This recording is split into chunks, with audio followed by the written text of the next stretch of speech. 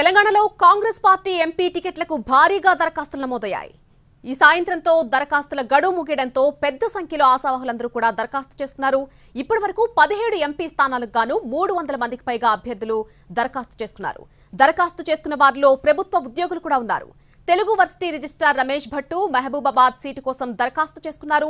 Nalgonda seat కోసం జానారెడ్డి కుమారుడు రఘువీర్, రేవంత్ సన్నిహితుడు పటేల్ రమేష్ రెడ్డి దరఖాస్తు పెట్టుకున్నారు. భువనగిరి సీటు కోసం కోమటిరెడ్డి అన్న కుమారుడు పవన్ బంధువు చల్లూరి మురళీధర్ రెడ్డి కూడా అప్లికేషన్ వేశారు. రేవంత్ సన్నిహితుడు చామల కిరణ్ కూడా దరఖాస్తు చేశారు. ముఖ్యంగా వరంగల్, మహబూబాబాద్, నాగర్ కర్నూలు సీట్లకు భారీగా డిమాండ్ ఏర్పడింది. వరంగల్ సీటు కోసం ఏకంగా 40 మంది అభ్యర్థులు దరఖాస్తు చేసుకున్నారు. ఎస్సీ ఎస్టీ రిజర్వ్డ్ సీట్లకు భారీగా దరఖాస్తులొచ్చాయి.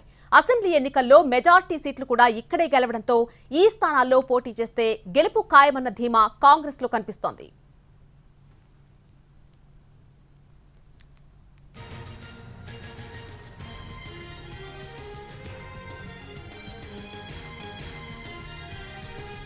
తెలంగాణలో కాంగ్రెస్ పార్టీ ఎంపీ టికెట్లకు సంబంధించిన అప్డేట్ మనం చూస్తున్నాం. భారీగా దరఖాస్తులు నమోదైనట్టుగా తెలుస్తోంది. ఈ సాయంత్రంతో దరఖాస్తుల గడువు ముగియడంతో పెద్ద సంఖ్యలో ఆశావాహులందరూ కూడా అప్లికేషన్స్ వేసుకున్నారు. దీనికి సంబంధించి పూర్తి అప్డేట్ అందించడానికి గాంధీ భవన్ నుంచి మా ప్రతినిధి చారి లైవ్ లో జాయిన్ అవుతున్నారు.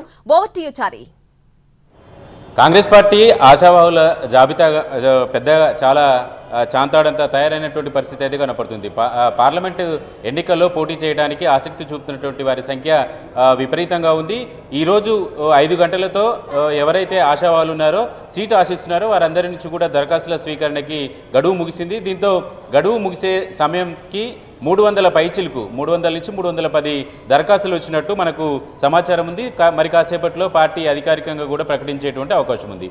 అయితే ఎస్సీ ఎస్టీ నియోజకవర్గాల మీద ఎక్కువ ఆశలు పెట్టుకున్నారు కాంగ్రెస్ పార్టీ పార్లమెంటు సీటు ఆశిస్తున్నటువంటి వాళ్ళు. దీంట్లో వరంగల్, నాగర్ కర్నూలు, అలాగే పెద్దపల్లి, మహబూబాబాద్ ఈ నియోజకవర్గాల్లో ఎక్కువ ఫోకస్ చేసినట్టు కనపడుతుంది. ఎందుకంటే వరంగల్ అసెంబ్లీ పార్లమెంటు నియోజకవర్గంలో మొత్తం ఉన్నటువంటి అసెంబ్లీ నియోజకవర్గాల్ని కనుక మనం చూస్తే 7 అసెంబ్లీ నియోజకవర్గాలు ఉన్నాయి. దాంట్లో 6 కాంగ్రెస్ పార్టీ గెలుచుకుంది. పెద్దపల్లిలో 7 అసెంబ్లీ నియోజకవర్గాలు ఉంటే 7 గెలుచుకుంది.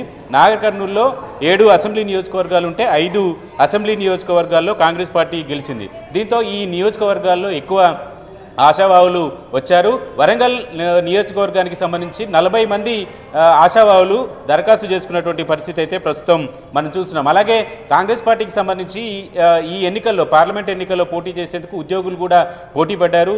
తెలుగు యూనివర్సిటీ రిజిస్ట్రార్గా ఉన్నటువంటి రమేష్ భట్టు, అలాగే గతంలో డిహెచ్గా పనిచేసినటువంటి శ్రీనివాస్ కూడా ఈ దరఖాస్తుని తన సన్నిహితులతో పంపించినటువంటి పరిస్థితి అయితే ప్రస్తుతం చూసినటువంటి పరిస్థితి అయితే మనం కనపడుతుంది. అయితే ఎస్సీ ఎస్టీ నియోజకవర్గాల్లో ఎలాగైతే పోటీ పడ్డారో నల్గొండ, భువనగిరి పార్లమెంటు నియోజకవర్గాలకు సంబంధించినటువంటి సీట్లకు కూడా భారీగానే పోటీ పడ్డటువంటి పరిస్థితి అయితే కనపడుతుంది. నల్గొండ పార్లమెంటు సీటు నుంచి జానారెడ్డి కుమారుడు రఘువీర్ దరఖాస్తు చేసుకున్నారు. అలాగే రేవంత్కి అత్యంత సన్నిహితుడిగా ఉన్నటువంటి సూర్యాపేట టికెట్ ఆశించి భంగపడ్డటువంటి పటేల్ రమేష్ రెడ్డి కూడా నల్గొండ పార్లమెంటు టికెట్ కోసము ప్రయత్నం చేస్తున్నారు.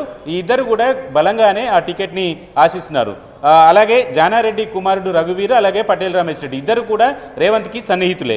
భువనగిరి పార్లమెంటు సీటు కోసం వస్తే భువనగిరి నియోజకవర్గానికి సంబంధించి కోమటిరెడ్డి సన్నిహితులు, కుటుంబ సభ్యులు కూడా దరఖాస్తు చేశారు.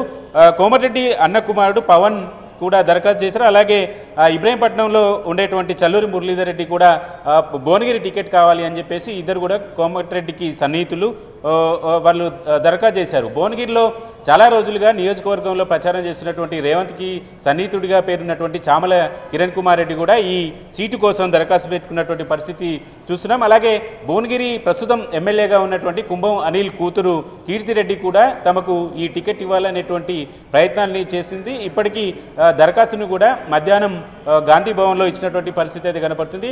కుంభం అనిల్ కూడా సీరియస్గానే తమ కూతురికి టికెట్ ఇప్పించేటువంటి ప్రయత్నాలు ఉన్నటువంటి పరిస్థితి అయితే చూస్తున్నాం.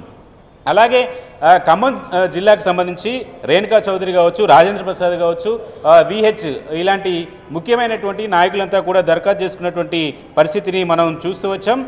పెద్దపల్లి పార్లమెంటు సీటు విషయంలో ఇది ఎస్సీ రిజర్వ్డ్ సీట్లకు సంబంధించినటువంటి అంశంలో కూడా ఎస్సీ మాదిగా ఎస్సీ మాల సామాజిక వర్గానికి సంబంధించినటువంటి నాయకులు ఎక్కువగా పోటీ పడుతున్నటువంటి పరిస్థితి అయితే చూస్తున్నాం. ఇప్పటివరకు కాంగ్రెస్ పార్టీలో వచ్చినటువంటి పదవులన్నిటిలో కూడా మాల సామాజిక వర్గానికి ఎక్కువగా వచ్చాయనేటువంటి ఫీలింగ్లో ఉన్నటువంటి నేపథ్యంలో ఈ 3 నియోజకవర్గాల్లో మెజారిటీ సీట్లు మాదిగలకు ఇవ్వాలనేటువంటి ఒత్తిడి పెరుగుతుంది.